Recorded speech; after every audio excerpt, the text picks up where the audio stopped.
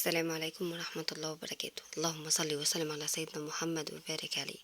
حبيبي يا رسول الله، أهلا بيكم في قناة الجديدة دينا شانل 1. طبعا انتوا عارفين احنا بادئين من 7 سنين واكتر في قناة دينا شانل 1 الكبيرة، والحمد لله طرقناها وعملنا واحدة جديدة. النهاردة بقى هناخد كده مبلغ وقدره وننزل نجيب حاجات نشتغل بيها شغل فعلي، فمتجهين إلى وسط البلد لمنطقة سوق ديانة اللي موجود في آخر شارع الألفي، اتجاه العتبة أو اتجاه رمسيس. بعد رمسيس المحطة اللي بعد رمسيس، لو انت جاي من المترو يبقى هتنزل محطة جمال عبد الناصر، هتتجه لشارع السينمات أو شارع فؤاد وتاخده لقدام، تتجه شمال ناحية سيد حنفي، وبعدين هتاخد بعد سيد حنفي على طول في وشك سينما ديانا بلاس، وهتلاقي سوق ديانا. طيب، احنا الأول فتنا على مطعم وأكلنا كده زي ما انتوا شايفين، وهنا وسط البلد بالظبط.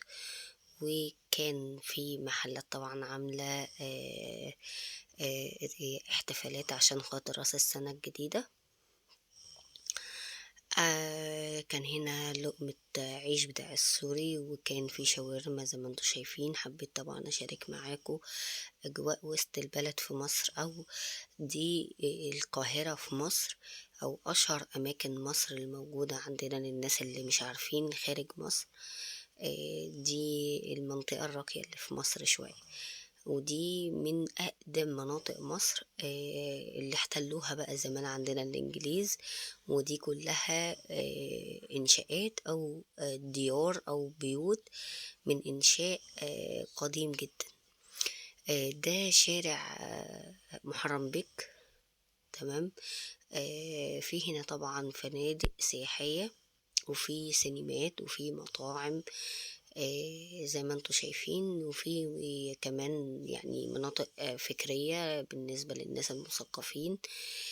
في مقاهي، يعني منطقة سياحية بمعنى أصح. هي قديمة جدا جدا جدا، لكن منطقة سياحية. طبعا احنا يعني متجهين لآخر الطريق ده، هو دوت سوق ديانة. طيب سوق ديانة ده ايه؟ سوق ديانة دوت نسبة لسينما ديانة. السوق ده يا جماعة ما كانش معروف أصلا، كان شوية ناس كده بيجوا وبيقعدوا. هقول لكم تاريخه يعني. بيجيبوا شوية هدوم، شوية انتيكات، شوية ساعات بايظة على ساعات شغالة، تليفونات، تحف، كراسي، أساس، موبايلات، تليفونات يعني، عملات، ميداليات، حاجات، رسومات، بورتريهات، كتب، كل حاجة تخص الإنسان موجودة في السوق ده. فزمان كده كان في شوية ناس بيتلموا كده ويقعدوا في الأرض ويفرشوا على أساس إن هم يسترزقوا يعني. فجم ناس زينا كده، يوتيوبر وتيك توكر وناس بتوع فلوجات، حبوا إنهم يكتشفوا المكان ده، فراحوا صوروا الناس اللي قاعدة في الأرض إن هي بتبيع الحاجات دي. طبعا المحل ده كان جميل جدا، وكان فيه احتفالية، دول اخواتنا الأقباط أو اخواتنا المسيحيين، كانوا عاملين حاجة ظريفة كده. تمام. قبل عيد الكريسماس أو عيد الميلاد المجيد، وبعتولنا طبعا واحنا رحنا تبع المكان. فبشارك كده الأجواء كاملة يعني في وسط البلد. تمام. المنطقة دي حلوة جدا، الشارع جميل جدا، الناس راقية جدا، مستوى فكري عظيم. المهم يعني، فالسوق دوت بقى كان شوية مجموعة كده من الناس بتوع الفلوجات زينا كده، راحوا اكتشفوا المكان دوت. ده رهف بنتي ورضوان، ربنا يشفيها رب ويعافيها، ويشفي ابني ويعافيه، لاني بعد الرحلة دي ولاد الاتنين تعبوا تعب شديد. والله يرحم أمي رحمة واسعة رب العالمين، على كل مترحم أجر وثواب. فجم ناس بتوع فلوجات ماشيين بالصدفة، راحوا مصورين السوق ده. فطبعا الناس كانت بتبيع بأسعار رخيصة جدا جدا جدا في السوق ده، لمّا ابتدى بقى شوية ناس زينا كده يصوّروا بالموبايلات ويعملوا فيديوهات على النت وعلى التيك توك وعلى اليوتيوب زي ما انتم شايفين كده، بقى في ده في أوله الصوف في أوله بقى، في كمان الآلات اللي هي أم 1000 جنيه وأم 1500 وأم 900 جنيه هناك ب150 جنيه. بصوا الأنتيكات دي قديمة. المهم يعني عايزة أقول لكم إن السوق تروحوا تلاقوا الأسعار غير الأسعار خالص. كان زمان طبعا بيبيعوا بأسعار رخيصة، تمام. لما ابتدوا يتعرفوا لقيت التجار كلهم اللي قاعدين هناك أصلا بقوا يبيعوا بأسعار غير الأسعار اللي الناس بتصور بيها. طبعا أنا مش عايزة أجيب الصوت الأساسي للفيديو لأني كان دوشة كتير، عربيات كتير، مش هتسمعوني أصلا، تمام. ما تتخدعوش في التصوير وما تتخدعوش في الناس اللي بتقعد تقول لكم تعالوا هنا الحاجة دي رخيصة، تعالوا، مش لا، مش كله، مش كله، في ناس فعلا بتبيع رخيص وفي ناس لا، في ناس لا لا خالص. التصوير حاجة والأسعار اللي بيقولوها حاجة تانية خالص. أنا روحت بنفسي يعني استكشفت المكان.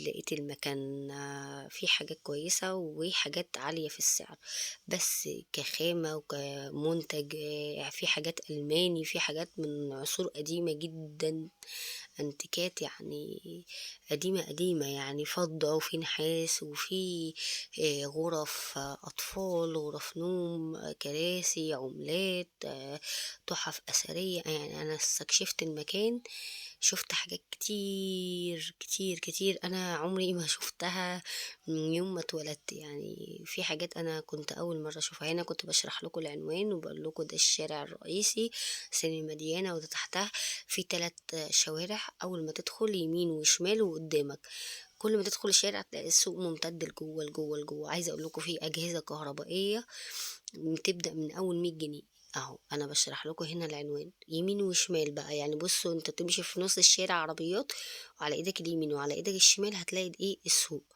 تمام. اسطوانات بقى، وفي حاجات قديمة جدا من أيام ليلى مراد، فريد الأطرش، في لعب كمان قديمة، في أفلام قديمة، في جراموفون، وفي تليفونات قديمة جدا. أنا هسيبكم تتابعوا الفيديو وانتوا شاهدوا الفيديو. طبعا لو الفيديو طبعا عجبكم ما تنسونوش في الشير واللايك والتعليق، ده فضلا منكم وليس أمرا. ووجودكم عندي في القناة تشريف كبير ليا وليس تكليف على أي حد خالص. أنا عايزاكم تشوفوا المكان دوت. المكان ده حلو قوي قوي قوي للناس اللي غاوية حاجات قديمة. وفي حاجات كمان جديدة بالنسبة للأجهزة، وفي كاميرات كمان، يعني كاميرات من عصور قديمة جدا وفي كاميرات حديثة جدا. الناس اللي غاوية بصوا المراية دي، في شنط كمان. أنا عايزة أقول لكم لقيت حاجات يعني من أيام نقول الخديوي من أيام الخديوي، من أيام محمد نجيب باشا. هتلاقوا حاجات كتير. أنا مش عايزة أكتر عليكم في الكلام عشان تركزوا مع الفيديو، تركزوا مع الفيديو بقى، وأنا هسكت خالص، ألتزم الصمت كده وأشد بلاستر. السلام عليكم.